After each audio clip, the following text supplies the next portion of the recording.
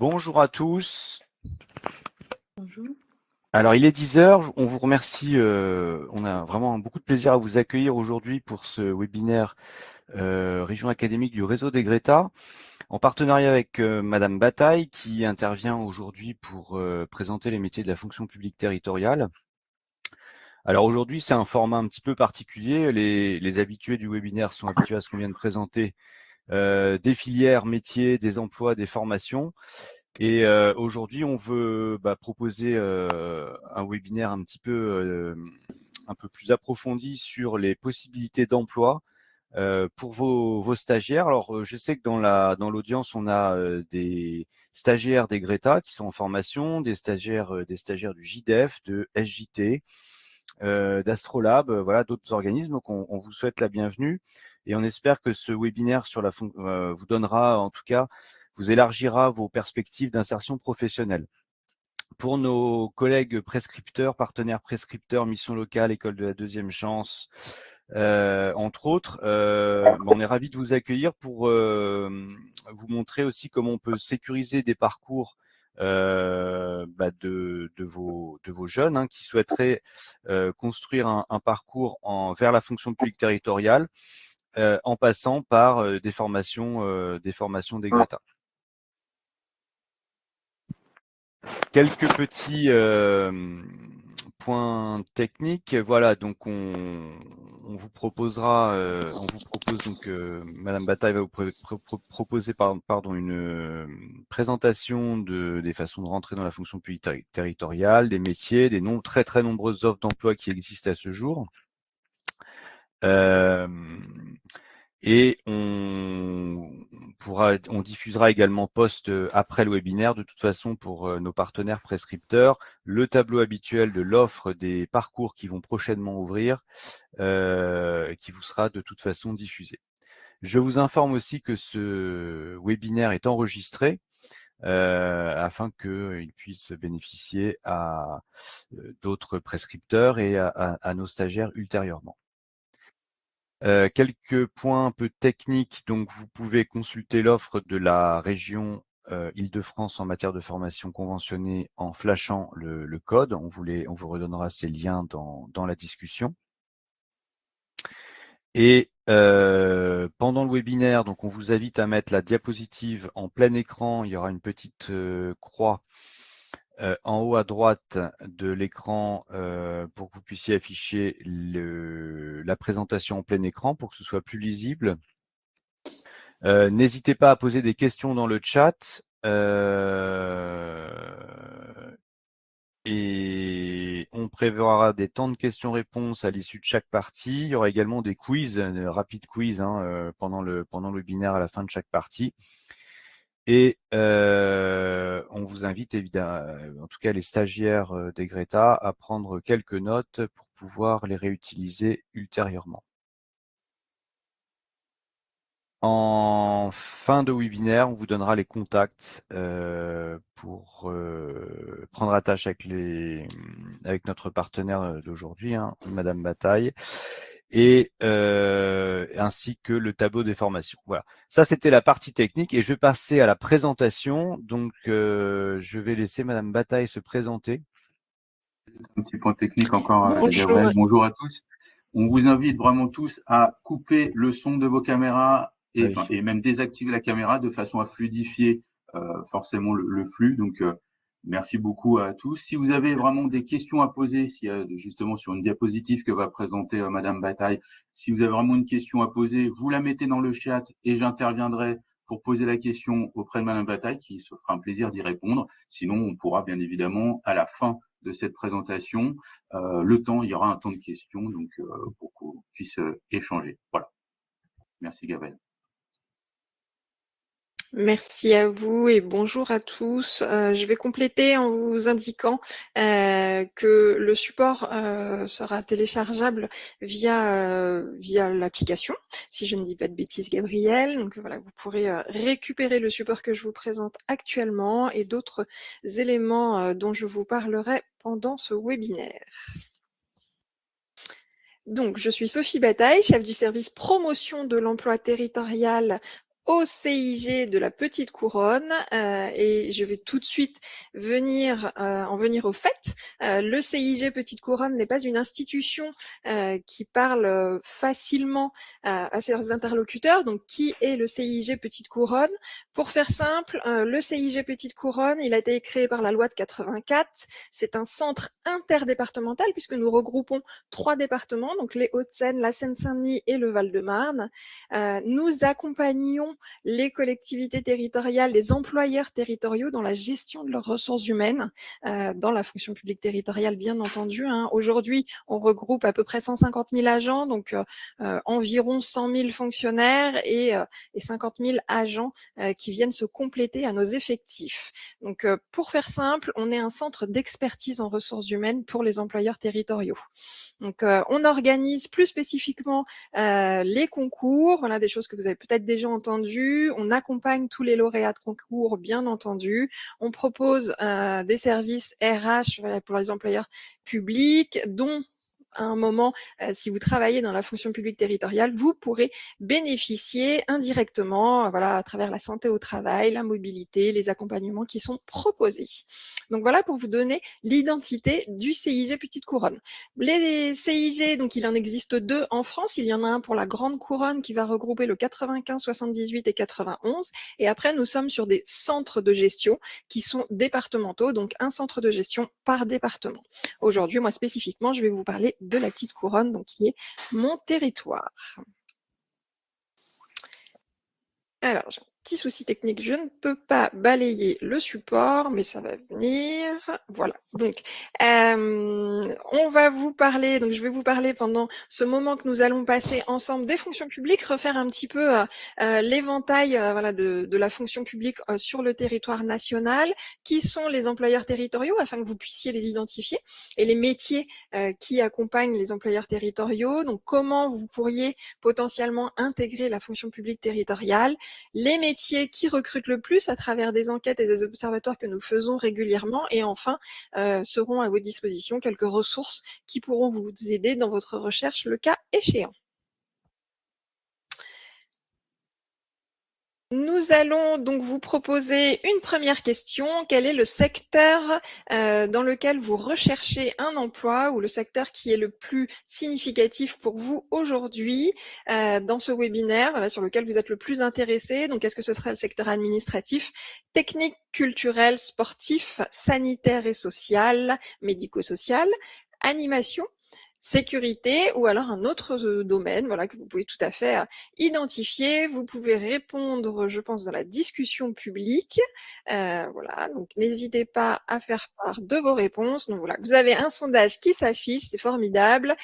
Vous avez un sondage qui s'affiche, donc il vous suffit de cocher la case qui vous correspond, et voilà, et ça permettra de connaître votre réponse et de faire le point, voilà, sur vos besoins, vos attentes actuellement dans ce webinaire. On va continuer, on reviendra sur les réponses un petit peu plus tard. Je pense qu'elles s'afficheront par la suite et je reviendrai sur vos réponses. On va continuer donc cette présentation. Alors Sophie, je suis obligé de rester animateur puisque je gère le sondage. Voilà, donc dites-moi quand il faut basculer.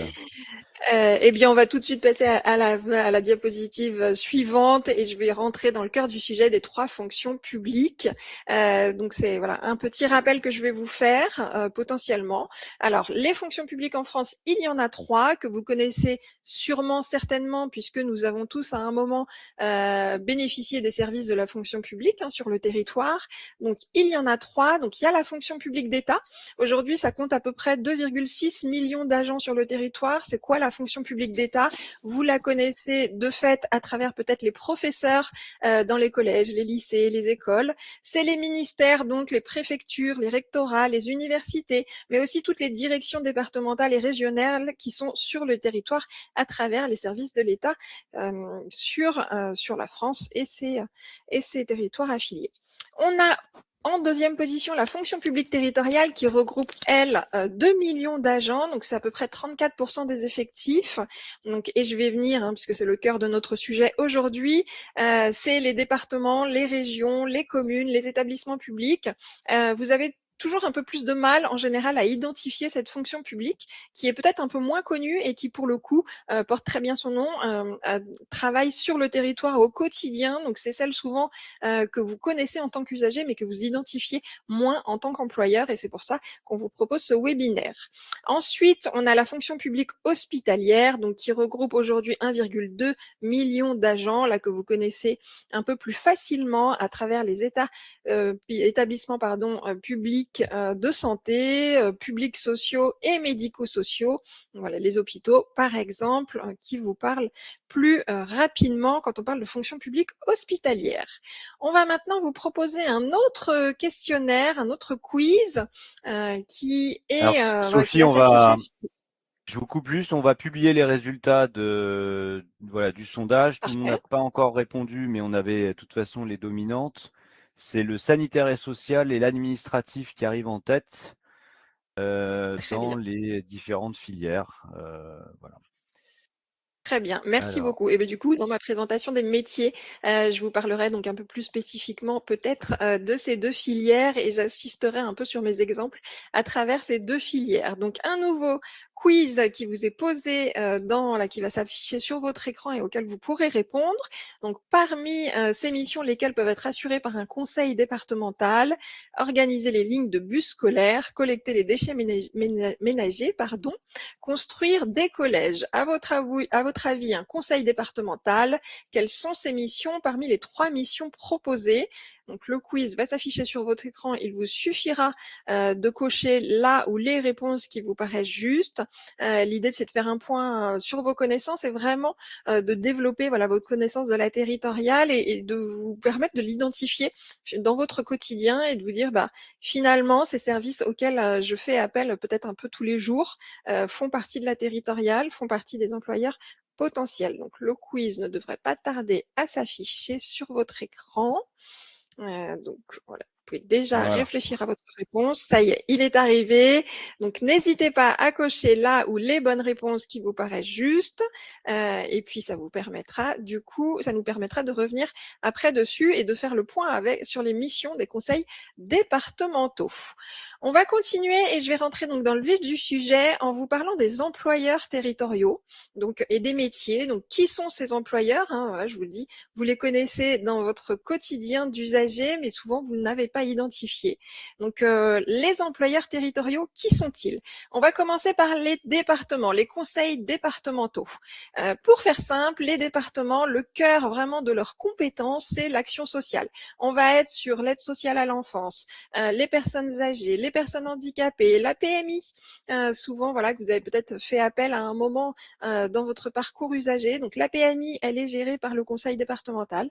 On a aussi tout ce qui est autour de l'éducation. Donc les conseils départementaux vont gérer les collèges, donc à travers la construction, l'entretien et le fonctionnement, mais aussi toute la voirie départementale, bien entendu, les routes départementales et les infrastructures départementales. On va avoir aussi tout ce qui est autour de la culture et des sports, avec des bibliothèques départementales dans lesquelles vous avez peut-être déjà été à un moment dans votre vie, des musées aussi, ou des soutiens aux équipements sportifs départementaux.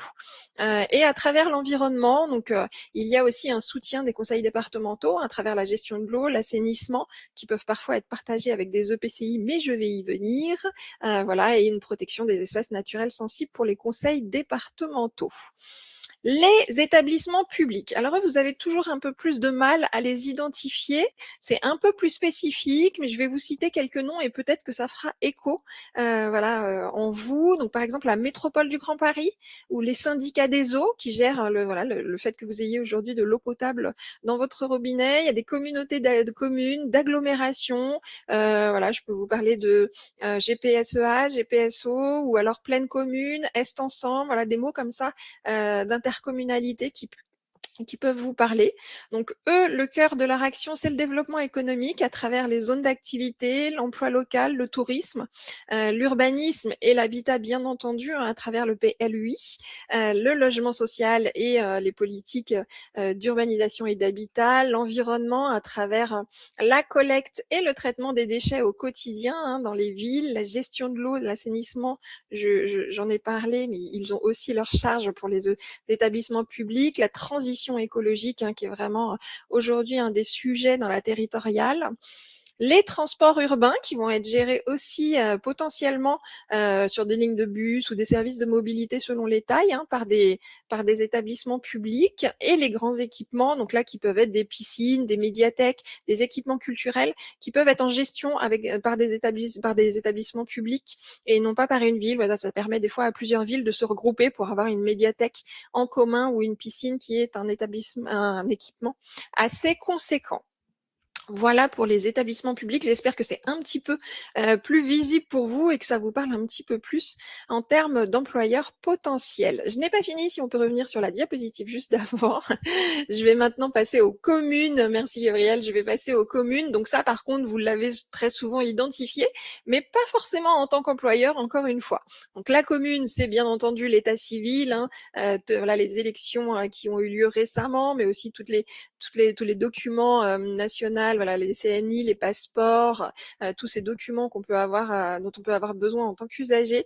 Mais il y a aussi tout un volet autour de la petite enfance à travers les écoles qui sont gérées, les écoles maternelles et élémentaires qui sont gérées par la commune. Pareil sur le bâtiment, sur l'entretien, sur la cantine, le périscolaire. Voilà, donc ça va être des missions, et on va le voir après, des métiers potentiels. L'action sociale de proximité à travers les CCAS que vous avez peut-être identifié dans les villes, la culture et le sport à travers potentiellement des médiathèques si elles sont de façon autonome et pas passées par un établissement public, les équipements sportifs, ça peut être un gymnase dans une ville ou un centre culturel par exemple, qui peut être installé sur un territoire. L'urbanisme local, donc là on va être sur le PLU, les permis de construire dans la ville, voilà, des choses comme ça. Et enfin, tout ce qui est tranquillité publique, hein, à travers la police municipale. Donc, et on verra qu'il y a plusieurs métiers à travers les métiers de la sécurité locale. Ensuite, et pour finir, le quatrième volet des employeurs territoriaux, c'est la région, donc le Conseil régional d'Île-de-France, qui est aussi un employeur, hein, qui travaille, lui, sur les transports à travers le TER, que vous prenez peut-être tous les jours, les bus interurbains et la gestion des gares routières aussi, l'éducation à travers la construction, le fonctionnement et la gestion toujours, mais eux, des lycées.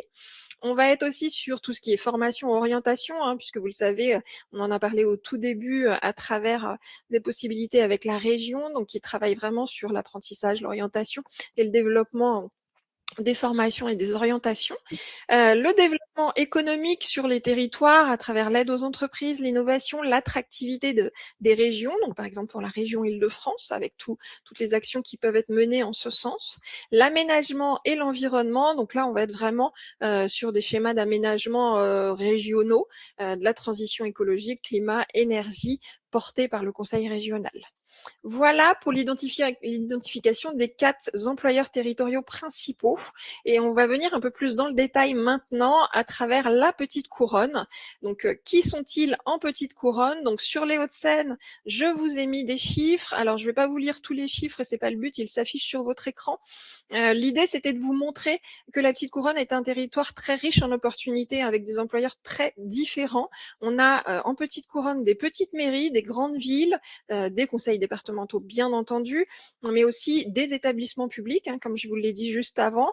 Donc concrètement, ça veut dire qu'il est important d'adapter sa recherche, de cibler les structures qui correspondent à notre profil, à notre envie, puisque je vous l'ai dit, chacun a des compétences différentes, des fois communes, mais souvent aussi différentes. Donc il est important déjà de savoir dans quelle thématique je souhaite travailler et quel type de collectivité, quelle taille je souhaite intégrer, qui est-ce qui correspond concrètement à mon profil. Donc vous voyez, les volumes d'agents sont assez considérables, hein. Ça implique des recrutements assez réguliers sur la Petite Couronne dans des domaines très variés, donc, et on va y venir un petit peu plus dans ce webinaire. Je vous parlerai de tous les domaines potentiels.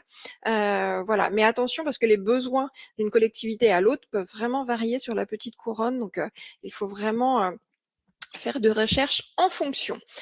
Pour vous donner une petite idée, voilà, une mairie pourrait très bien chercher un chargé d'urbanisme de proximité, là où un EPCI, lui, va peut-être plutôt recruter des profils un peu plus spécialisés dans l'aménagement du territoire à grande échelle. Donc, vous voyez, on va être sur les mêmes profils néanmoins autour de l'urbanisme, mais avec des compétences qui seront un peu différentes parce que des territoires différents. Et c'est vraiment ça qu'il est important d'identifier dans une recherche. Donc, par exemple, si je vous donne un autre exemple sur l'accueil, dans une mairie, un agent d'accueil, il va être en contact direct avec les habitants, hein, puisque quand on va dans sa mairie, un usager, voilà, il va répondre directement aux demandes, voilà, orienté à travers les services municipaux. Et ben, dans un établissement public de taille plus conséquente, l'accueil sera différent.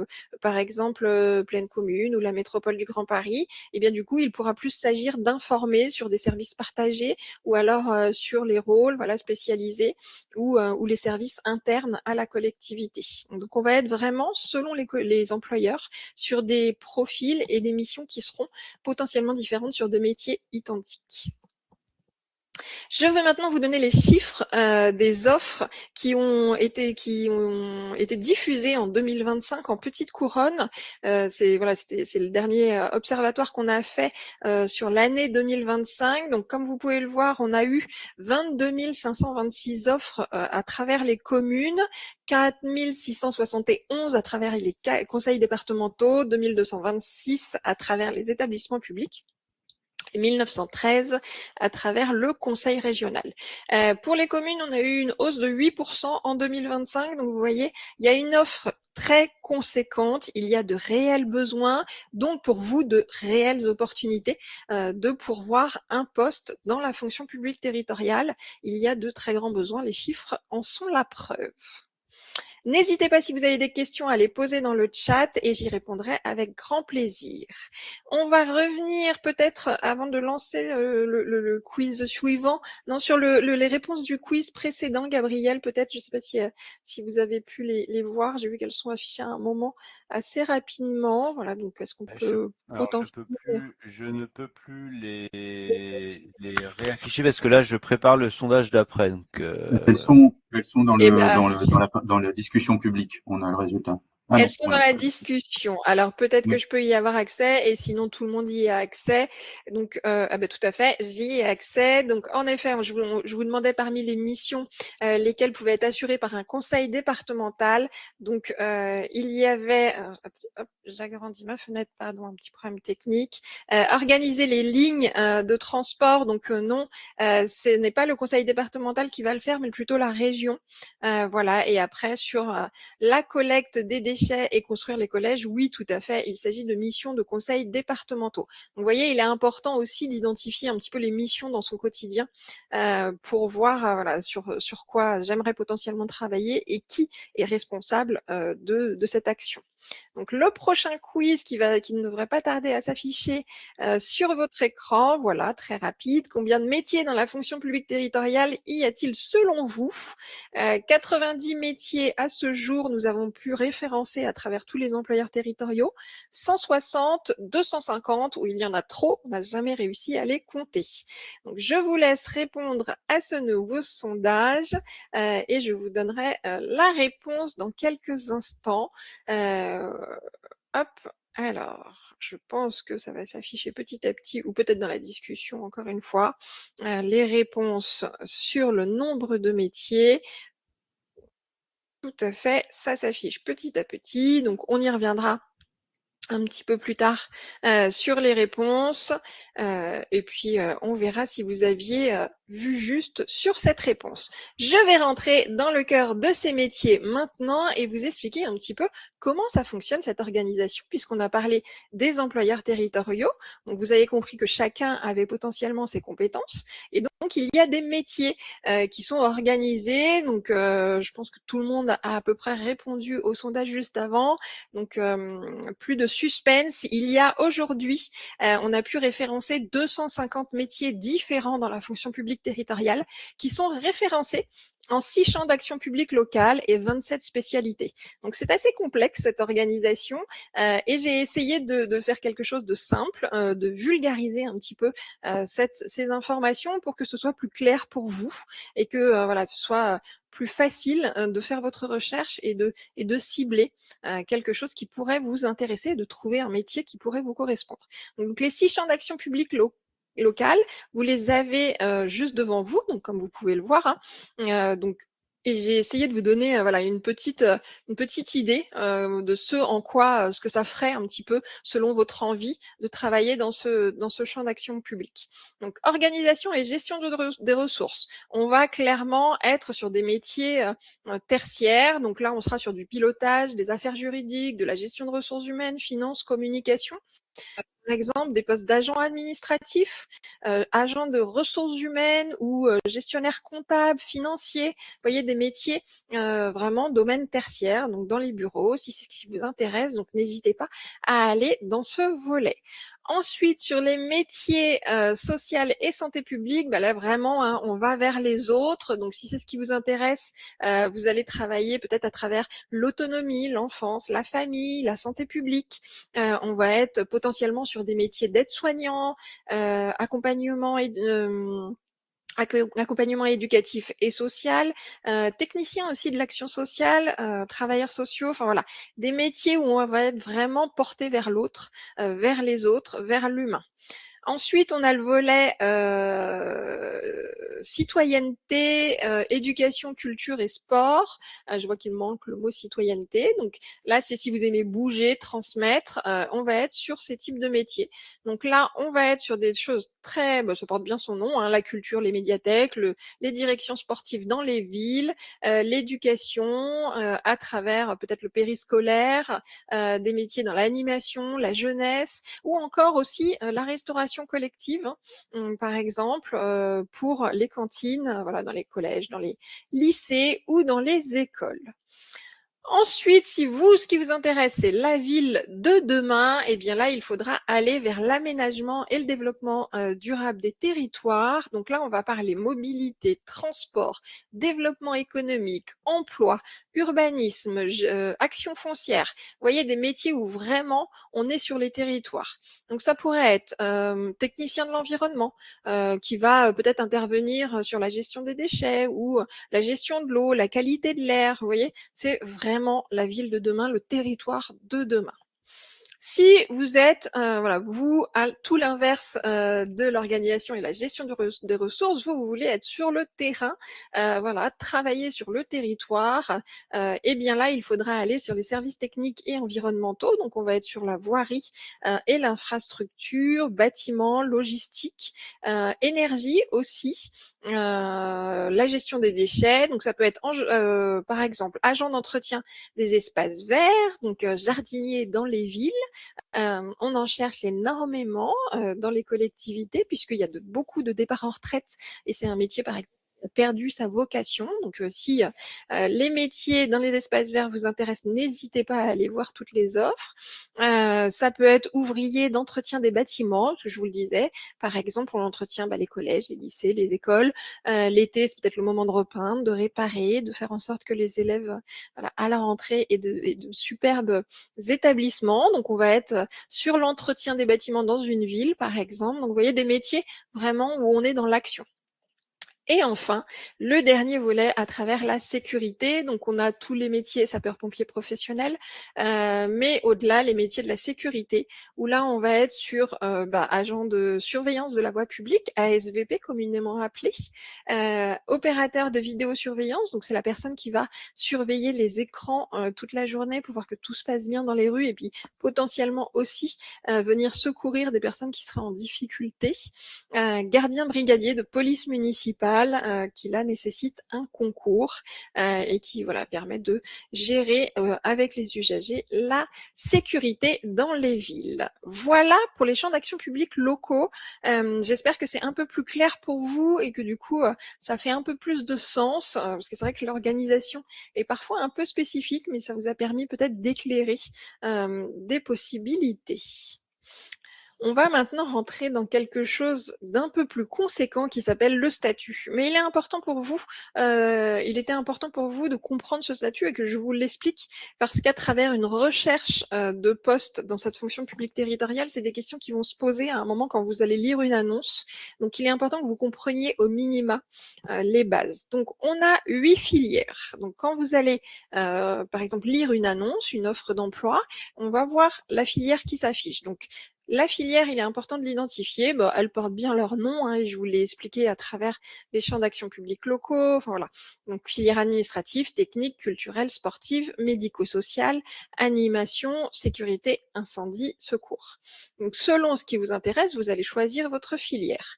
Ensuite, ce qui va être important d'identifier à travers l'annonce, l'offre que vous cherchez, c'est la catégorie. Pourquoi il est important d'identifier la catégorie? Parce que ça va correspondre au profil recherché. Donc, on a 3 catégories dans la fonction publique territoriale, selon un niveau d'études. Donc, le niveau d'études au moins égal à bac+3, c'est la catégorie A. Là, on va être sur des fonctions de conception, de direction. Donc, ça peut être des directeurs dans des services, ça peut être des chargés de mission qui demandent une très grande expertise. Voilà, des postes vraiment à responsabilité. Donc, bac+3 minimum, on sera sur, il faudra chercher des postes en catégorie A. Si vous avez un niveau équivalent au baccalauréat jusqu'au bac +2, du coup, ce serait plus de la catégorie B. Donc là, on va être sur des fonctions d'encadrement intermédiaire, par exemple chef de service dans une commune. Et puis après, sur des possibilités d'application de projets. Voilà, vous pourriez être chef de projet sur des missions qui ont été transmises par le directeur en amont. Voilà pour les postes de catégorie B. Enfin, pour les postes de catégorie C, donc là, ils sont ouverts à tous les niveaux d'études. Donc, c'est plutôt une opportunité assez conséquente. Donc, il n'y a pas de minimum requis. Ça va être défini dans l'annonce s'il y a un besoin voilà, de formation, ça peut être le SIAP ou autre. Mais par contre, il n'y aura pas forcément de niveau minimum d'études. Donc, c'est ouvert au plus grand nombre. Donc, voilà, si ça vous correspond, n'hésitez pas à aller voir parce que, encore une fois, il y a des métiers où il y a des formations possibles sans diplôme minimum requis. J'espère que c'est un peu plus clair ce statut. Donc, quand on a défini la filière, la catégorie, ça nous donne ce métier. Et c'est important aussi de l'avoir identifié, puisqu'après, je vais vous parler du site sur lequel on trouve toutes les offres d'emploi. Et sur ce site, quand vous allez faire vos recherches et créer votre profil, il va être important de mettre la bonne filière et la bonne catégorie pour avoir les annonces qui vous correspondent. Donc, n'hésitez pas, si vous avez des questions, à les poser dans la discussion et Mickaël interviendra si vous avez des questions au moment où je vous présente les diapositives et sinon on aura aussi un temps d'échange à la fin de ce webinaire, à votre convenance. Tout à fait. Il y a même le résultat du quiz précédent si vous voulez, madame. Ah bah parfait, on peut tout à fait voir si du coup vous aviez trouvé la bonne réponse sur le nombre de métiers qu'il y avait dans la fonction publique territoriale. Oui, félicitations, vous étiez une majorité à penser qu'il y en avait plus de 250, donc bravo, une belle connaissance de la fonction publique territoriale en effet. Je vais maintenant vous parler des dynamiques qui sont spécifiques sur la fonction publique territoriale en petite couronne et ce qu'on a pu observer. Donc, ce sera la diapositive suivante qui va s'afficher sur votre écran. Voilà. Alors, j'espère que vous l'avez bien mis en plein écran pour que ce soit assez lisible pour vous, parce que sinon, ça va être trop petit et vous ne pourrez pas voir les chiffres. Et l'idée, c'est pas forcément que je vous lise tous les chiffres. Voilà. Donc, comme vous pouvez le voir, la répartition des offres par catégorie, je vous l'ai dit, elle varie selon le type de collectivité. Donc, on a des offres qui sont diffusées par le bloc communal, sont majoritairement, comme vous le voyez sur ce graphique, en catégorie C. Ça représente plus de la moitié des offres aujourd'hui, ce qui traduit une forte demande par les communes de fonctions d'exécution et des emplois opérationnels. Donc, si c'est votre cas, il faudra peut-être plus aller sur le bloc communal pour trouver vos offres d'emploi. À l'inverse, les départements et les EPCI EP, comme vous pouvez le voir, ils se caractérisent, eux, par une part prépondérante d'offres en catégorie A, donc qui concentrent près de la moitié de leur recrutement, donc respectivement 49 et 45, comme vous pouvez le voir sur le graphique. Ça illustre vraiment une demande accrue des fonctions de conception, de pilotage, d'encadrement supérieur pour ces établissements. Enfin, les EPT, donc voilà, je vous en ai cité quelques-uns, donc pour vous donner des idées, donc Plaine Commune, Est Ensemble, GPSO, GPSEA, on a Boucle Nord de Seine, voilà, des noms comme ça qui peuvent peut-être vous parler. Ça représente une répartition par catégorie globalement équilibrée, hein, avec 26% en catégorie A, comme vous pouvez le voir sur le schéma, 34% en B et 39% en C. Il y a une légère surreprésentation de la catégorie C, ce qui témoigne potentiellement d'une recherche de profil en positionnement intermédiaire et encadrement et fonctions opérationnelles. Donc, comme vous pouvez le voir, encore une fois, hein, selon le profil, vos attentes et vos besoins, c'est vraiment ça qui va définir finalement sur quel type de collectivité vous pourriez rechercher. J'espère que ça éclaire un peu votre recherche. On va revenir sur un nouveau quiz qui va s'afficher sur votre écran. Quel métier trouve-t-on dans une collectivité territoriale? Donc, je vous ai dit, il y en a 250. J'ai commencé à vous donner quelques exemples au fil de cette présentation. Voilà, donc quel métier trouve-t-on? Est-ce qu'on a le métier d'animateur en collectivité territoriale? Est-ce qu'on a des métiers de coach sportif? Ou est-ce qu'on a des métiers d'inspecteur des finances? Plusieurs réponses possibles.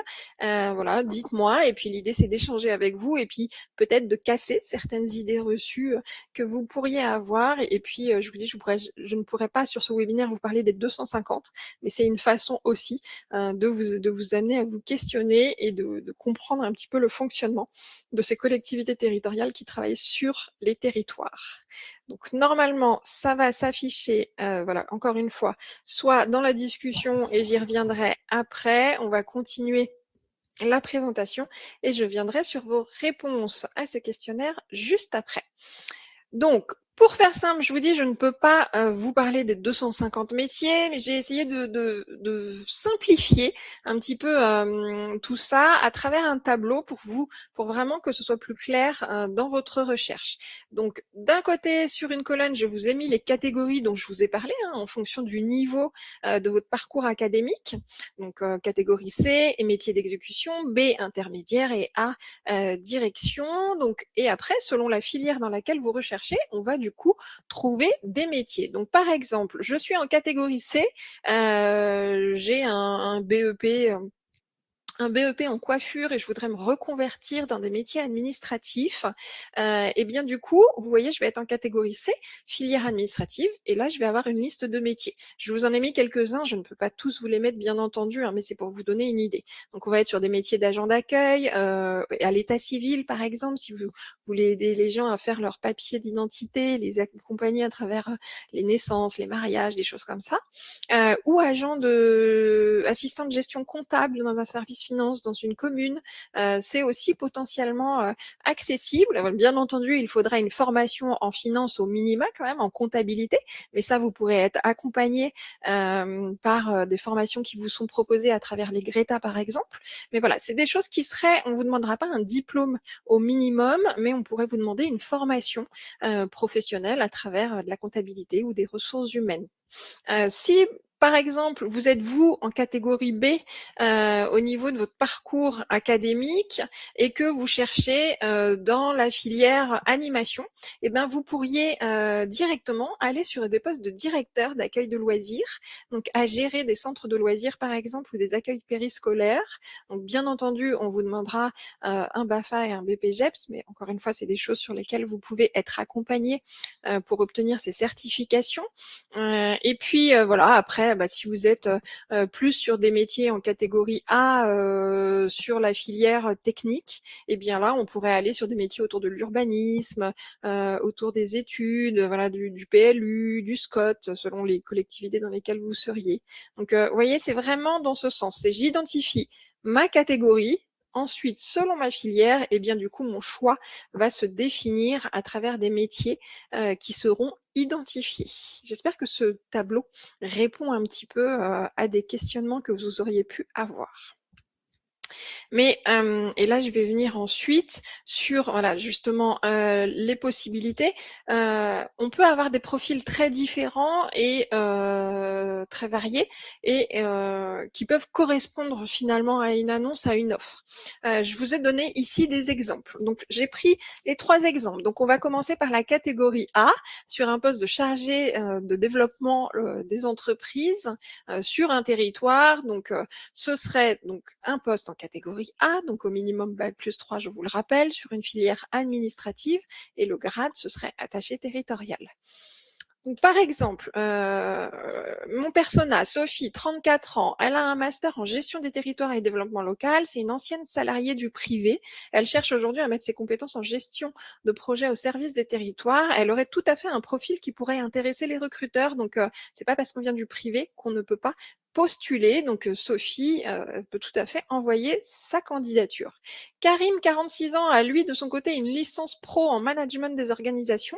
Mais il est passionné par le développement local et l'innovation sociale. Eh bien, encore une fois, Karim, lui, pourrait envoyer sa candidature. Il a voilà, le profil requis en catégorie A. Et puis après, avec sa motivation et peut-être son savoir-faire ou ses connaissances qu'il a pu acquérir à travers son parcours, pourrait être un profil qui pourrait intéresser les recruteurs. Alice, 26 ans, qui sort de son bachelor en économie sociale et solidaire. Elle veut accompagner les entreprises de sa ville. Donc, encore une fois, c'est un profil qui peut être tout à fait pertinent hein, dans cette offre d'emploi. Donc, vous voyez, n'hésitez pas à postuler en fonction, voilà, si vous correspondez aux critères de catégorie en l'occurrence, mais n'hésitez pas à postuler, que vous soyez du privé, que vous soyez junior, voilà, que vous ayez un parcours. On peut accepter plusieurs profils sans aucune difficulté et on va le voir après quand je vais vous parler des agents, voilà, de l'observatoire qu'on a fait. On va passer à la catégorie B. Maintenant, je vous ai fait aussi un autre exemple. Donc sur un poste de technicien entretien et aménagement des parcs et jardins municipaux. Donc on va travailler là sur les espaces verts, hein, donc au minimum avec un bac. Donc Mohamed, 52 ans, titulaire d'un CAP BEP, il aime le travail extérieur, donc il a un niveau de diplôme qui correspond à un CAP BEP, mais il a 52 ans, donc potentiellement une expérience de plus de 20 ans à travers voilà, son parcours. Donc clairement, il peut tout à fait intéresser un recruteur hein, à travers son profil. Clara, 25 ans, passionnée de biodiversité et de paysages urbains. Donc voilà, en fonction de son parcours, pourra tout à fait postuler sur cette offre. Et Ismaël, 40 ans, en reconversion professionnelle, après un poste dans l'industrie, pourrait tout à fait correspondre aussi, selon sa reconversion et le parcours qu'il pourrait avoir fait, par exemple, avec, encore une fois, un Greta ou une autre formation professionnelle, et quelque chose qui pourrait lui être accessible, puisqu'il pourrait avoir voilà, un diplôme reconnu ou une certification RNCP, enfin là, des choses comme ça qui pourraient lui permettre d'accéder à ce type de poste. Et enfin, je vous ai fait la même simulation sur un poste en catégorie C, où là, on va être sur le poste d'agent d'accueil accompagnement des enfants en crèche ou en école maternelle. Pour faire très simple, vous le connaissez, ce poste, il s'appelle ATSEM. Voilà. Du coup, c'est des postes de catégorie C. Donc là, on va vraiment être au plus proche des enfants, à côté d'un instituteur. Du coup, on va accompagner dans le quotidien, dans le bien-être, les enfants. Donc Antoine, 29 ans, il rêve lui d'être instituteur. Et ben ça peut être une première étape pour lui dans son parcours, pour accompagner voilà des enfants et puis apprendre à côté d'un instituteur. Du coup, peut-être un futur métier ou une future reconversion. Il pourrait démarrer à ATSEM dans une école pour pouvoir si c'est finalement au quotidien avec les enfants, c'est quelque chose qui fait sens pour lui et qui a vocation. Elodie, 22 ans, une première expérience professionnelle après un CAP petite enfance, a tout à fait le profil qui pourrait correspondre hein, et pourrait tout à fait être recrutée sur ce poste. Fatou, 37 ans, elle aime travailler au contact des enfants et des familles, elle n'a pas de diplôme, mais voilà, elle a eu 2 enfants de son côté et elle a été mère au foyer pendant quelques années, pourrait tout à fait correspondre aussi puisqu'elle a déjà été à l'écoute des besoins des enfants. Donc voilà, c'est quelque chose dans la motivation et dans la candidature qui pourrait être mise en avant. Voilà sur des exemples concrets, des mises en pratique pour vous montrer que le champ des possibles est assez large finalement dans les profils recherchés. On va parler maintenant rémunération, puisque c'est un sujet qui revient assez souvent sur les questionnements à travers les webinaires. C'est oui, mais il n'y a pas la rémunération qui est proposée dans les offres d'emploi. Non, elle n'est pas proposée aujourd'hui et elle serait trop complexe à proposer clairement dans nos offres d'emploi, puisque la rémunération va dépendre du profil du candidat. Et je vais vous expliquer plus clairement. Il y a une partie fixe dans la fonction publique en général qui est appelée le traitement indiciaire. Donc là, c'est une base qui va être fixée par rapport à un échelon. Mais cet échelon, il va être défini en fonction de votre parcours et c'est là où ça peut différencier. C'est-à-dire que vous êtes agent contractuel et je vais y revenir sur les possibilités d'intégration. Vous êtes agent contractuel et vous avez plus de 30 ans d'expérience dans le privé. Eh bien, on va reprendre toute cette partie dans le privé pour que du coup, on puisse vous classer à un échelon qui correspond à votre expérience professionnelle. C'est pas parce que vous avez fait du privé pendant 20 ou 30 ans ou même 10 ans que du coup, on ne va pas le prendre en considération. Bien entendu, on va prendre votre expérience en considération quelle qu'elle soit et du coup, ça va nous permettre de vous classer à un échelon en prenant en compte déjà votre expérience, votre ancienneté. Donc, un junior, par exemple, n'aura pas le même traitement que quelqu'un qui a 10 ans d'expérience professionnelle au sens large. Et ensuite, il y a toute une partie variable, donc là qui va dépendre de la collectivité. Donc certaines ont mis en place ce qu'on appelle des CIA, des compléments indemnitaires, voilà, qui peuvent être sous forme de primes, voilà, de primes à la période du mois de décembre, ou alors des compléments qui peuvent être mis en place de façon ponctuelle dans l'année. Voilà, des choses un peu spécifiques à chaque collectivité et chaque établissement. Ensuite, en fonction du poste et des responsabilités, on pourra avoir des indemnités. Par exemple, ce qu'on appelle une NBI. Donc, c'est une indemnité qui serait selon les responsabilités sur le poste que vous avez ou la technicité, qui serait une prime qui viendrait compléter votre traitement. Ensuite, vous avez tout ce qui est situation personnelle de l'agent, et là, c'est vraiment voilà, la situation que vous avez. Donc, les enfants à charge, ça va être du supplément familial de traitement. 1, 2, 3, 4 enfants, on va pas avoir la même indemnité. Le remboursement de transport, le remboursement potentiellement des frais de déjeuner, voilà. Et enfin, en Île-de-France, sur la région Île-de-France, vous avez une indemnité de résidence qui est 3% du traitement de base. Donc, vous voyez, il y a plein de choses comme ça variables qui viennent se compléter et finalement qui sont en fonction de vous, de votre parcours, de votre profil, qui fait qu'aujourd'hui, on ne peut pas vous mettre dans une annonce la rémunération puisque c'est vous, votre parcours finalement qui allez définir la rémunération sur le poste, en sachant qu'il y a quand même, ça c'est quand même défini puisque A, B ou C, on aura quand même défini dans quelle grille sera rémunérée la personne, mais après ça va aussi dépendre sur le net à payer de votre parcours. Voilà, j'espère avoir éclairé un... Oui.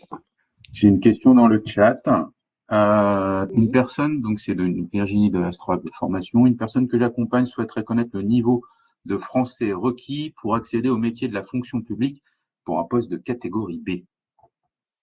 Le niveau de, pardon, j'ai pas entendu. Le niveau de français attendu, enfin requis. Pour un poste de Alors, le niveau de français attendu sur un poste de catégorie B, on va être sur des postes, je vous l'ai dit, d'encadrement intermédiaire, donc potentiellement chef de service, donc avec des rapports, des notes, de la rédaction administrative à faire, de façon des comptes rendus de réunion. Voilà, donc il y aura une syntaxe qui sera demandée au minima sur des postes à responsabilité en management d'équipe et en accompagnement d'équipe. Donc voilà, avec une syntaxe impeccable, j'aurais tendance à dire, sur des postes à responsabilité. Sophie, ce sera un niveau B2, C1 en fait. C'est-à-dire que c'est un niveau voilà, d'une personne qui a fait ses études en France. Merci pour le code que je ne connaissais pas. C'est le CECRL, voilà, des langues. Référentiel européen des langues C1. Oui, c'est une question importante pour une partie du public qui est effectivement en situation FLE. Par contre, on peut étendre la question au public de catégorie, aux agents de catégorie C. Qui sera à l'inverse, en fait, en fonction là aussi des postes. Hein. Mais si on prend un poste où je vais être sur un métier un peu plus manuel, comme je vous le disais, où je vais pas forcément être dans un métier de ressources, je vais être plus sur le terrain, par exemple, si je m'occupe de l'entretien des écoles, bah là, je vais pas forcément avoir besoin de rédiger quoi que ce soit ou d'écrire quoi que ce soit. Après, juste avec une compréhension, voilà, qui va quand même être demandée sur la gestion des produits que je peux utiliser, bien entendu, dans mon quotidien.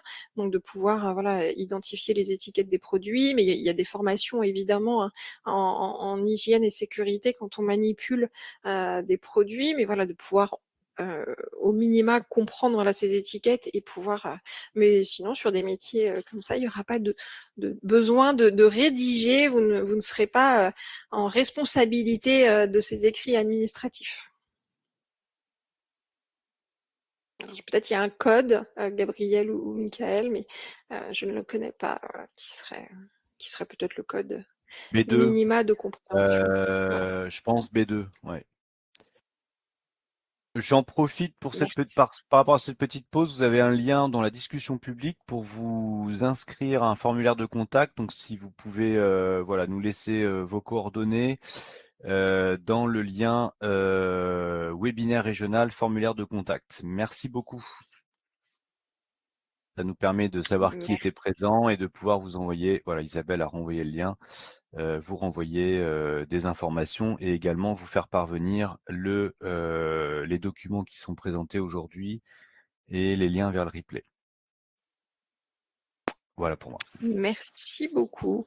On va poursuivre et attaquer la dernière partie de ce webinaire avec l'intégration dans la fonction publique territoriale. Maintenant que je vous ai parlé des employeurs, des métiers, voilà, des parcours possibles, comment aujourd'hui on intègre, et c'est la question que vous devez vous poser, comment finalement on rentre dans cette fonction publique territoriale.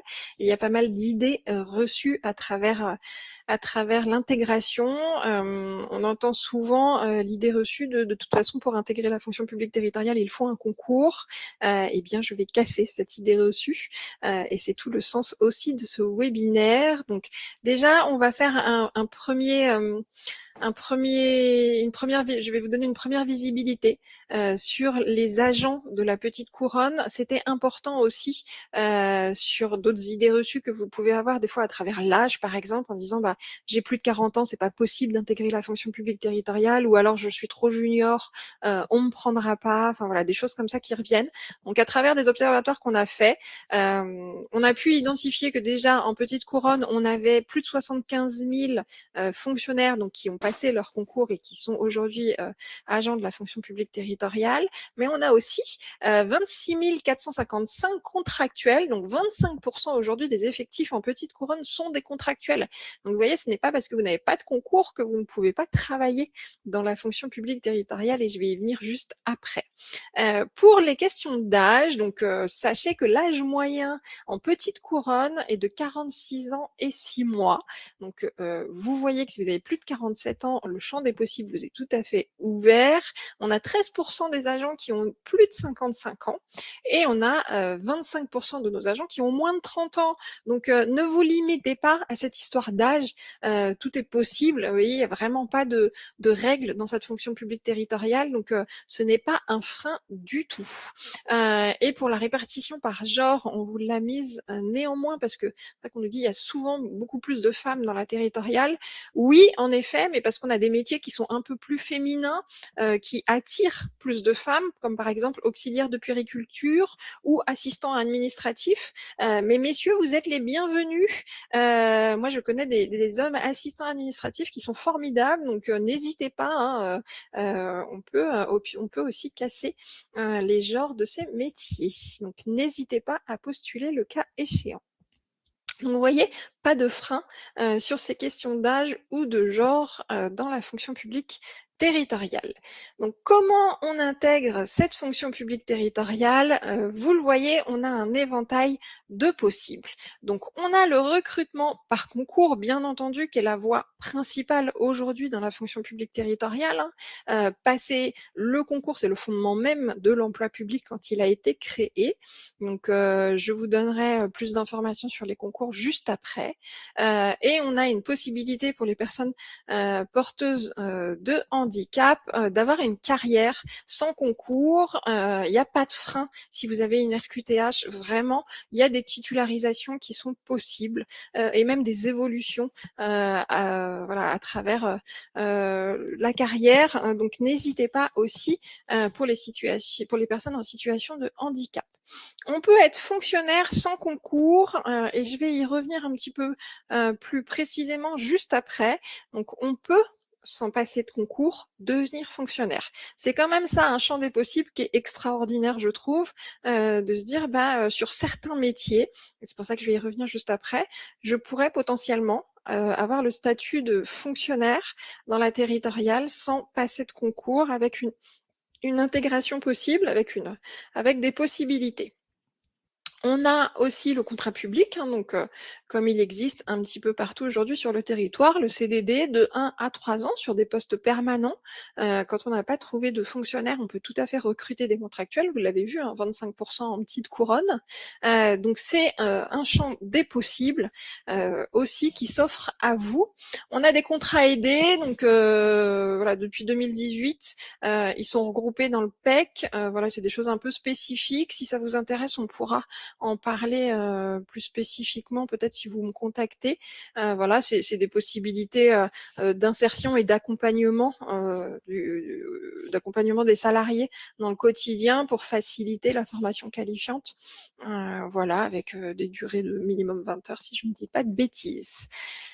L'intérim territorial, et je vais y revenir aussi plus spécifiquement juste après. Donc c'est une vraie possibilité, comme dans le privé, d'avoir accès à des missions d'intérim, mais qui, vous le verrez, sont un petit peu différentes du fait de leur durée et des demandes qu'on peut faire. C'est une vraie opportunité qui s'offre à vous si ça peut vous intéresser.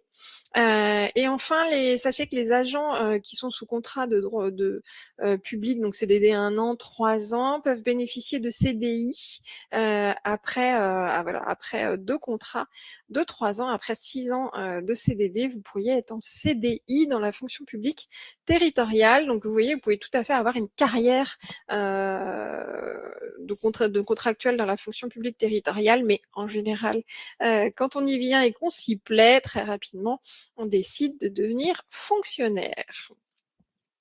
Donc, je vous le disais, on a une possibilité qui est extraordinaire, je trouve, de pouvoir être recruté directement sans concours, ce qu'on appelle la stagiairisation. Attention, la stagiairisation, ce n'est pas un stage comme dans le privé, c'est, pour faire simple, une année où on va définir un petit peu, voir avec vous apprendre votre métier, mais vous serez rémunéré comme tout salarié de l'entreprise. C'est juste que c'est avant de vous passer titulaire, de devenir fonctionnaire.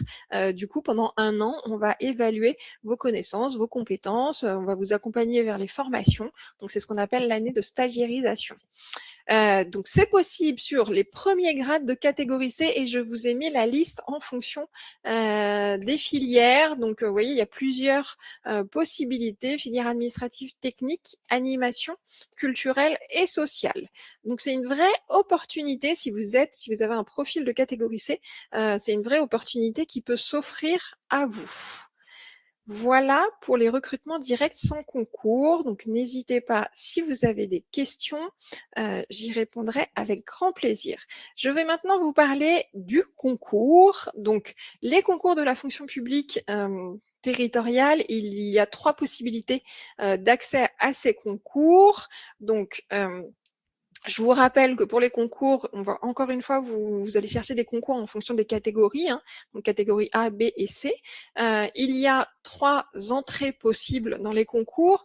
L'interne, je l'ai rayé parce qu'il faut déjà travailler dans la fonction publique territoriale pour pouvoir passer un concours en interne. Donc, vous ne serez pas concerné. Néanmoins, il y a la possibilité des concours externes qui là, potentiellement, vont vous demander peut-être une condition de diplôme ou autre. Je pense par exemple aux infirmiers. Voilà, on leur demandera forcément un diplôme d'infirmier et c'est mieux. Voilà, ou des métiers comme ça un peu spécifiques où on pourrait vous demander un certain diplôme. Donc là, le concours externe, il est ouvert à tous, donc n'hésitez pas à aller voir les métiers, les concours possibles.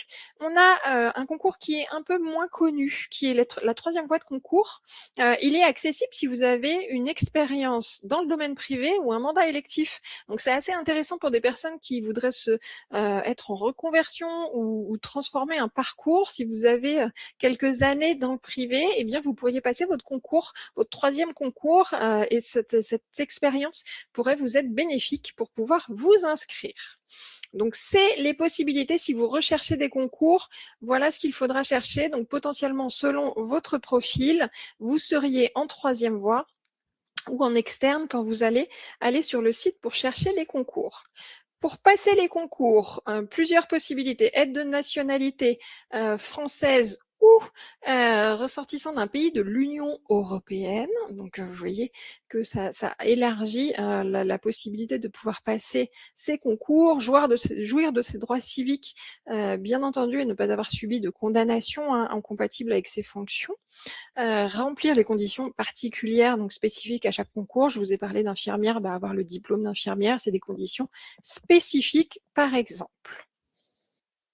Donc, si vous êtes intéressé par les concours, n'hésitez pas à aller voir le site concoursterritorial.fr. Là, vous avez toutes les informations, donc les dates de concours, les notes de cadrage, les conditions d'accès, les liens pour les annales. Voilà, c'est une vraie ressource sur les concours, ce site. Donc, n'hésitez pas à aller voir et c'est là que se fera votre inscription sur tout le territoire national, quoi qu'il arrive. Sophie, une question sur le chat. Oui, bien sûr. Est-ce que l'âge est une contrainte? Eh bien non, c'est ce que je vous ai dit dans la diapositive précédente. Il n'y a pas de limite d'âge, il n'y a pas de contrainte de l'âge. Voilà, qu'on soit junior ou senior, je vous rappelle, l'âge moyen en territorial est de 46 ans. Voilà, on a 25%, si je dis pas de bêtises, qui ont moins de 30 ans. Voilà, il n'y a vraiment pas de limite dans un sens ou dans l'autre. Voilà, des fois on me dit je suis trop junior ou je suis trop senior, il n'y a vraiment pas de limite. Voilà, et vous avez tous les chiffres dans le support au niveau de l'âge, donc ne vous limitez surtout pas. On continue et on termine à travers les métiers qui recrutent. Donc, je vous ai donné quelques chiffres en début de webinaire. L'idée, c'était de venir un petit peu compléter toutes ces informations. Je vous en ai parlé de façon un peu générale. Donc, on a eu 29 423 offres publiées en 2025. Donc, vous voyez, ça fait énormément d'opportunités sur l'année qui sont proposées. Ça fait en moyenne 119 offres par collectivité. Donc aujourd'hui, il y a de réelles possibilités de trouver un poste dans la fonction publique territoriale, quel que soit votre âge, votre catégorie, votre profil, votre parcours. Pour vous parler un petit peu plus du top 10 des métiers qui recrutent selon le dernier observatoire qu'on a fait, je vous ai donné les chiffres et l'analyse et la tendance, la moyenne. Donc sur la spécialité éducation, animation, jeunesse, on va être sur des métiers animateurs, ATSEM, animatrice périscolaire par exemple sur l'aide aux devoirs. Sur la spécialité famille, enfance, donc ça a beaucoup progressé en 2025 puisqu'elle est passée en 2e position. On va être sur des métiers de JE, par exemple, éducateur de jeunes enfants, aide sociale à l'enfance, auxiliaire de puériculture. On en cherche énormément. Donc, si c'est un métier qui vous intéresse, n'hésitez pas. Vous avez un poste assuré à la suite de votre formation. Sur les métiers citoyenneté, population, affaires administratives et vie associative, donc là on va être, je vous l'ai dit, sur des métiers assistants administratifs, officier d'état civil, conseiller numérique par exemple, dans les villes. La culture, donc on va être sur des postes de lecture publique, documentation dans les médiathèques, patrimoine aussi, archiviste dans les villes, puisqu'il y a toute une réglementation autour des archives, même des parties de là. Voilà, ou technicien par exemple aussi dans la culture, technicien de spectacle, s'il y a un théâtre dans la ville, voilà, vous pourriez très bien travailler pour le théâtre de la ville, autour des métiers du son, de l'image, enfin des choses comme ça. Architecture bâtiment, donc là on serait sur des métiers en bureau d'études par exemple, puisque nous avons aussi à travers le PLU et autres des bureaux d'études, des métiers de assistant de travaux des bâtiments, ça pourrait être aussi chargé de protection, propreté des locaux, logistique, magasinier, manutention, donc tout ça serait dans architecture bâtiment, donc vous voyez il arrive en 5e position, donc de vrais besoins. Ensuite, sur la restauration collective, là, elle porte bien son nom, hein, responsable d'office, agent de restauration. Voirie, infrastructure, ça a progressé de 12%. On avait plus de 1500 offres en 2025. Donc, agent de la voirie et des réseaux sur l'espace public, bien entendu. Agent de propreté de l'espace public dans la ville, par exemple. Responsable d'exploitation de l'eau potable, assainissement. Voilà, là, c'est assez large. Inclusion sociale, on serait sur des métiers conseiller d'action sociale, psychologue, assistant social. Il y a des métiers autour du social et de l'inclusion. Prévention, sécurité, je vous l'ai dit, avec des gros besoins, hein, gardien de police municipale, ASVP, opérateur de télésurveillance. Donc là encore, il y a de réelles opportunités. Et vous le voyez, hein, le code couleur des catégories, ça s'affiche dans le graphique. Et la santé publique, donc là, on va être plus sur des métiers aide-soignant, médecin aussi, on en recherche, agent technique d'hygiène et de salubrité. Je pense par exemple à l'habitat, des choses comme ça. Voilà, si c'est des choses qui font sens pour vous, il y a de gros besoins. Donc ça vous donne un petit peu un état des lieux aujourd'hui des domaines qui recrutent le plus dans la fonction publique territoriale en petite couronne. J'ajoute les si on peut faire un... Alors oui, il y a une question, moi j'avais un commentaire à faire. D'abord la question, peut-être Sophie, revenez sur la diapo d'avant. Merci. Excusez-moi, merci beaucoup. J'avais une question à propos des concours. Est-ce que, au-delà d'avoir le site et de pouvoir être un peu plus orienté, est-ce qu'on pourrait être notamment accompagné par nos structures ou par France Travail, ou est-ce qu'il existe d'autres infrastructures aussi? Je sais qu'il y a la mission locale aussi, mais je ne sais pas s'ils accompagnent vraiment sur les projets, enfin, sur ce genre de projet en tout cas.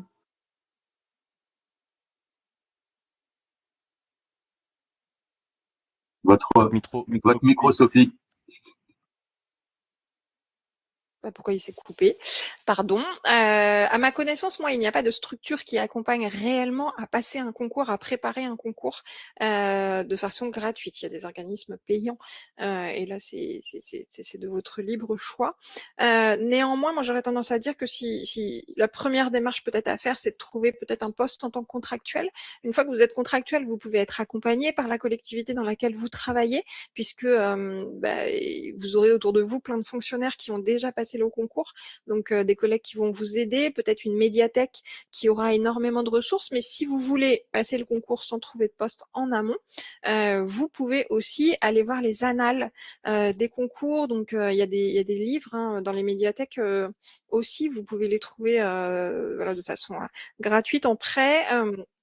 Les annales des concours de ce qui s'est déjà fait. Par exemple, je veux passer mon concours de rédacteur dans la filière administrative en catégorie B. Eh bien, je vais prendre le livre qui va me préparer, qui va me montrer ce que c'est qu'une note, comment on rédige une note, quelles sont les attentes. Je vais avoir les meilleures copies qui vont être dans ce livre. Voilà, je vais pouvoir me préparer. Et puis, plein de conseils et plein de ressources qui vont être données à travers ces ouvrages. C'est quelque chose que vous pouvez préparer avec beaucoup de motivation seul. Mais voilà, il faudra vous renseigner, regarder regarder en quoi consiste l'épreuve. Mais déjà sur concours territorial, vous avez, et c'est pour ça que je vous dis c'est un vrai site ressource, vous avez le cadrage, les annales, et vous avez aussi, allez voir les rapports de jury des anciens concours pour voir un petit peu ce qu'ils ont pu dire des candidats qu'ils ont rencontrés. Et souvent, ils donnent des conseils sur ces rapports de jury en disant voilà, on s'est aperçu que sur la promotion 2024, il y avait des difficultés sur la connaissance de l'environnement territorial ou des difficultés sur la syntaxe et l'orthographe, voilà, des choses comme ça. Donc, et après, ça dépend vraiment des concours. Donc, sur le concours de gardien de police municipale, on va avoir une épreuve sportive. Donc là, je vous dirais que c'est à vous de vous préparer à cette épreuve sportive. Et puis, ça va être un PV à rédiger à l'écrit, donc pour gardien de police municipale. Donc, comment on fait un PV, enfin voilà. Ça dépend du concours, mais il n'y a pas d'organisme, à ma connaissance, aujourd'hui gratuit qui vous prépare à un concours spécifique. Sauf quand vous travaillez déjà en fonction publique territoriale, là, vous pouvez être accompagné. Il y a une question de Monsieur Ndao que je vais laisser parler juste pour dire on est en train de regarder si dans l'offre de Greta, on a de la préparation concours fonction publique territoriale. Monsieur Ndao, oui. Mission Alors, locale c'est de Paris. Madame. Pardon, Madame. Je suis donc Koulibaly Ndao de la mission locale de Paris. Je suis conseillère en insertion. C'était pour répondre à la question de la jeune femme. À la mission locale de Paris, on a un service dédié aux emplois publics. Donc, on prépare beaucoup pour pas tous les concours, mais la plupart des concours de catégorie C, par exemple de la ville de Paris. Les autres catégories, on peut faire la préparation via ce qu'on appelle le parrainage. Donc, on a des personnes expérimentées qui viennent mettre à disposition leurs compétences pour accompagner les jeunes qui ont un projet de concours dans la fonction publique, quel que soit d'ailleurs le domaine. Voilà, on peut avoir un accompagnement selon les besoins du jeune. Voilà, c'était juste pour donner cette information. Merci. Donc, pour les jeunes de 16 à 26 ans. Oui, merci et merci pour cette intervention qui me permet justement de rebondir parce que j'en ai pas parlé, mais du coup la ville de Paris ne fait pas partie de la fonction publique territoriale. Attention, c'est vraiment un autre volet qui a son statut propre à la ville. Excusez-moi, si vous oui, voulez non, mais c'était pour donner micro. un exemple. C'était pour donner un exemple. Oui, tout à fait, tout à fait. Voilà, c'est du coup pour. On prépare par exemple des concours pour la police, des fois on a des recrutements aussi pour d'autres domaines, pour l'armée. Enfin voilà, c'est vraiment toutes les. Alors l'armée évidemment c'est pas la fonction publique territoriale, mais c'est juste pour dire que pour préparer les concours, que ce soit en fonction publique territoriale, hospitalière ou d'État, on peut avoir un accompagnement à la mission locale de Paris. D'accord. Merci beaucoup. Et puis on salue le petit bout de chou qui assiste au webinaire en même temps. C'est ça, je suis désolée. Non, mais c'est avec plaisir. Merci. Oui, donc du coup, la ville de Paris, voilà, a son statut particulier, comme je vous le disais. Donc, vous pouvez tout à fait aller voir les ressources de la ville de Paris, mais on ne sera pas du tout sur tout ce que je viens de vous dire et on ne sera pas sur les métiers que je viens de vous présenter. Hein, c'est vraiment autre chose. Voilà. Et pour ce qui est de catégorie C, par contre, dans la territoriale, je vous l'ai dit, là, il n'y a pas besoin de concours, donc il n'y a pas besoin d'aller suivre une préparation puisque c'est des métiers qui sont accessibles sans concours. Voilà, et c'est peut-être une première marche à passer. Le cas échéant, c'est peut-être de trouver un poste accessible sans concours et puis après de progresser dans la territoriale le cas échéant. Et c'est aussi cette chance qu'offre la territoriale de pouvoir accéder et avoir ce statut sans concours. Sophie, on a ajouté un lien dans la discussion publique pour indiquer qu'il y a un des Greta dans le 94 qui accompagne aussi au concours. Voilà. Formidable. Et bien du coup, même moi, j'irai me renseigner sur leur accompagnement sur la territoriale et leurs propositions. Merci beaucoup. On va continuer du coup cette présentation. Je voulais juste terminer sur le dernier quiz sondage qu'on avait fait. C'était sur les métiers. Donc le métier, je vous ai demandé quel métier existait dans la territoriale. Donc le métier d'animateur existe bien dans la fonction publique territoriale. Le métier de coach sportif n'existe pas dans la fonction publique territoriale puisqu'on va être soit sur quelque chose d'accompagnement d'équipes nationales ou alors dans le domaine du privé et inspecteur des finances publiques. Là, on va être sur de la fonction publique d'État, donc qui sera encore une autre fonction publique. Voilà, merci pour vos réponses. On continue donc avec une page que je vous ai préparée pour vous permettre de trouver toutes les offres d'emploi qui pourraient vous intéresser. Donc pour la fonction publique territoriale, le site ressources c'est Emploi territorial. Aujourd'hui, toutes les collectivités territoriales sur tout le territoire diffusent leurs vacances de poste à travers ce site. Donc n'hésitez pas à aller le consulter. Et ensuite, pour les 3 fonctions publiques, là, si vous êtes intéressé, vous pouvez aller sur Choisir le service public qui est la plateforme qui regroupe aujourd'hui toutes les offres des fonctions publiques confondues. Donc, n'hésitez pas à aller le consulter également si vous êtes intéressé. Et après, des sites un peu plus ressources publiques, voilà, qui peuvent, selon les spécificités, culture, communication, voilà, des choses un peu différentes qui peuvent vous accompagner au-delà de France Travail, bien entendu, et Cap Emploi, qui peuvent être ressources dans votre recherche. Le site emploi territorial, je vous ai fait un focus dessus puisque c'est le site de la fonction publique territoriale aujourd'hui. Donc vous avez la rubrique concours dont je vous ai parlé, donc n'hésitez pas à aller voir comment ça fonctionne. Vous pouvez aujourd'hui rechercher vos offres d'emploi en direct. Vous avez un observatoire à l'instant T du nombre d'offres à pourvoir sur tout le territoire, et j'insiste, tout le territoire. Vous pouvez aussi aller voir les fiches métiers. Donc, il y a les 250 fiches métiers qui sont référencées. Donc, vous pourriez aller voir en quoi correspond réellement le métier et obtenir le vocabulaire autour de ce métier qui peuvent vous permettre de préparer vos outils de candidature. Et vous pouvez créer votre profil. Créer votre profil, ça a plusieurs avantages. Le premier étant d'être trouvé par le recruteur qui diffuse une offre, puisque le site va automatiquement lier l'offre et la demande. Et puis au-delà, vous allez pouvoir recevoir des alertes par mail, donc ne pas être obligé de consulter tous les jours vous-même le site. Selon les critères que vous aurez mis, vous allez recevoir les offres qui correspondent à vos profils si vous faites une demande. Et ensuite, une fois que vous aurez créé votre profil, si vous recherchez un poste en petite couronne, ça nous permettra de récupérer vos coordonnées dans le cadre bien entendu du RGPD et de pouvoir vous proposer à travers des mailings qui vous seront envoyés un accompagnement totalement gratuit bien entendu à travers webinaires, ateliers de préparation à vos outils de candidature, d'optimisation, préparation aux entretiens. Voilà, c'est tout un parcours qu'on vous propose. Donc pour ça, si vous êtes intéressé, il faut créer votre profil, déposer votre candidature en petite couronne et vous serez automatiquement invité. Le moment venu, on fait un parcours tous les 2 mois. Donc voilà, et le prochain arrivera, si je ne dis pas de bêtises, au mois d'avril, fin avril, normalement. Voilà Sophie, pour le site. On a une question de Oui. Anne qui souhaite prendre la parole.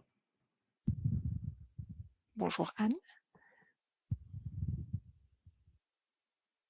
Bonjour Anne. Elle a levé la main, mais je crois que continuer. Bon, on va continuer. Puis si Anne, vous voulez relever. Ah, zut, pas de micro. Peut-être pouvez-vous poser votre question dans la discussion. Et puis dans ces cas-là, Michael se fera le relais de votre question. Si vous n'avez pas de micro, ce sera peut-être plus simple. Je vais continuer. Et puis Michael, du coup, merci pour le relais. Donc je vais vous. Ah, est-ce que c'est Anne qui. Bon. Je vais continuer sur la mission d'intérim. La mission d'intérim, je vous en ai parlé dans les possibilités d'intégration. Donc, je vous ai mis toutes les coordonnées. Donc, en petite couronne, donc sur les 3 départements, on a une mission d'intérim, nous, au CIG Petite Couronne. Donc, on a des chargés de mission intérim qui vont être en responsabilité de trouver des profils pour les recruteurs qui en ont besoin selon des critères qui nous ont été définis. Je vous explique concrètement. Une collectivité nous dit, voilà, j'ai besoin de trouver un assistant administratif pour une période de 4 mois parce que j'ai un congé maternité à remplacer. Est-ce que vous pourriez me trouver quelqu'un qui a tel type de profil ou telle expérience ou voilà, et on sera bien entendu sur des postes à temps plein et c'est là où ça fait toute la différence avec l'intérim que vous pouvez connaître potentiellement dans le privé. Donc, on sera sur des postes à temps plein et sur des durées minimum d'1 mois. Donc, on n'est pas sur des missions courtes, ce qui est plutôt intéressant, ce qui vous permet, vous, de gagner en expérience. Ça vous permet aussi d'aller découvrir cette fonction publique territoriale à travers ces missions. Donc, ouvrir un champ des possibles. C'est ouvert à toutes les catégories. On recherche vraiment dans des domaines très différents et c'est en fonction des besoins des collectivités. Donc, on ne met pas d'annonce pour la mission d'intérim parce que c'est vraiment des offres qui nous sont demandées à l'instant T par nos collectivités et ça change de façon très régulière. Donc, ce serait chronophage de mettre les offres, mais du coup, on recherche des profils très régulièrement. Donc, n'hésitez pas, si vous êtes intéressé, à envoyer votre CV et une lettre de motivation qui présente vos compétences. Voilà, mes compétences sont dans tel domaine et bien entendu de développer. Vous envoyez le tout sur candidature-intérim@cig929394.fr. Vous aurez le support à votre disposition, donc vous pourrez retrouver cette adresse mail et potentiellement je vous la mettrai dans le chat après la présentation. J'arrive au bout de ce webinaire. Je vais vous parler des ressources qui sont mises à votre disposition. Donc déjà, vous avez plusieurs ressources qui ont été partagées. Donc ce support, la communication autour de emploi et du site emploi territorial. Vous avez aussi des ressources qui vous sont proposées en PDF, en téléchargement dans ce webinaire, qui est le guide Découvrir les métiers de la territoriale. C'est un guide très complet qui parle des 250 métiers, des champs d'action publics locaux, voilà, de tout ce que je vous ai dit pendant ce webinaire. Donc, n'hésitez pas à le télécharger. Vous avez aussi le guide Intégrer la fonction publique territoriale où là, du coup, ça va vraiment vous reparler un petit peu de tous les parcours possibles, de tout ce champ des possibles qui s'offre à vous pour venir travailler à nos côtés. Vous avez sur le site du CIG aussi dans cette rubrique Pourquoi choisir la territoriale des vidéos métiers. J'ai été rencontrer des agents qui sont aujourd'hui en poste dans les collectivités et qui nous parlent de leur quotidien, de leur métier, qui nous donnent des conseils. Donc s'il y a des métiers qui vous intéressent, n'hésitez pas, c'est des vidéos qui sont assez courtes, 3-4 minutes, mais ça permet de vraiment voir un petit peu la réalité d'un agent au quotidien. Donc là, par exemple, la capture d'écran, c'est Katharina qui est animatrice à temps complet dans une ville, animatrice jeunesse, voilà, et elle explique ce qu'elle aime dans son métier, voilà, aussi les écueils à éviter. Enfin, elle vous parle d'un petit peu plusieurs choses, donc n'hésitez pas. On a aussi beaucoup de vidéos autour des concours territoriaux, donc si vous vous posez des questions, n'hésitez pas à aller les regarder. Ça peut compléter un petit peu tout ce que je vous ai dit aujourd'hui de façon assez condensée. On a une simulation de bulletin de salaire, ça peut éclairer un peu vos questionnements sur la rémunération, voilà, et on a plein de choses, des quiz, enfin voilà, allez fouiller un petit peu dans cette rubrique Pourquoi choisir la territoriale, ça viendra compléter ce webinaire et les informations que j'ai pu vous donner. On va terminer sur une dernière ressource. Pour ceux qui ont LinkedIn, je vous invite à vous abonner à la page Cap Service Public. Aujourd'hui, on y met toutes les ressources, offres d'emploi, métiers, parcours, concours, au quotidien de tout ce qui se passe dans cette territoriale en Petite Couronne. On annoncera aussi, chaque année, on organise un salon de l'emploi public en Petite Couronne à travers les métiers. Voilà, c'est un salon qui est très riche. Donc, on diffusera aussi le moment venu la date de ce salon. Donc, n'hésitez pas à vous abonner si la territoriale a fait un peu sens pour vous et que vous voulez continuer à suivre cette actualité. N'hésitez pas.